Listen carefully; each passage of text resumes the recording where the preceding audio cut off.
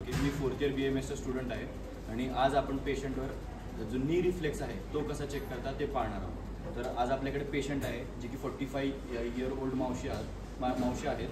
तर आपण त्यांच्यावर नी रिफ्लेक्स चेक करणार आहोत। तर मावशी आपण तुमची तपासणी करणार आहोत पायाची। इथे मी हे जो क्लिनिकल हॅमर नावाचं एक इन्स्ट्रुमेंट असतं आमच्याकडे, तर आम्हाला हे इथे मारून मी तुम्हाला पाहणार आहे की तुमचा जो नी रिफ्लेक्स आहे, जेणेकरून आपल्याला तुमचं जे निदान करायचं आहे तुमच्या जे व्याधीचं आहे तर ते होणार आहे किंवा नाही होणार आहे। जर ते पॉझिटिव्ह आलं तर आपण ते निदान आपलं बरोबर आहे, नाही तर नाही असणार। ठीक आहे, तर मी हा जो हॅमर आहे याचा मी हा जो ब्लंट एंड आहे हा तुम्हाला इथं थोडासा बस हिट करणार आहे। तर तो तुम्हाला चालेल ना? करू शकतो मी। तुम्हाला काही वेगळं वाटलं किंवा लागलं वगैरे तर सांगा तसं। ठीक आहे, तर सर्वात आधी आपण नी रिफ्लेक्स आहे हा आपण पटेलर टेंडॉनवर हिट करून आपण घेत असतो। तर पटेलर टेंडॉन जस्ट हा पटेला बोन आहे, त्याच्या खाली हा जी जस्ट पोझिशन आहे, ज्याच्या खालची ट्युबरोसिटी आहे, त्याच्यामध्ये हा जो एक्सटेंडेड पार्ट आहे इथं टेंडॉन आहे।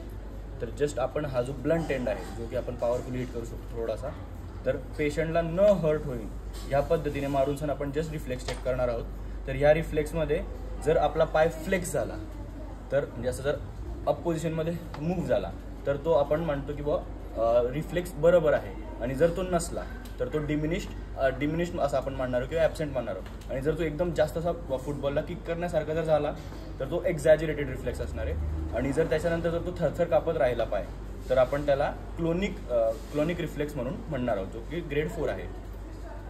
सर्वात आधी आपण पाल्पेट केल्यानंतर जस्ट हॅमरचा अप्पर एंड आणि जो पाय हल्लेला आहे, परत एक पाय हल्लेला आहे, म्हणजे की हा जो रिफ्लेक्स आहे हा नॉर्मल आहे। थँक्यू।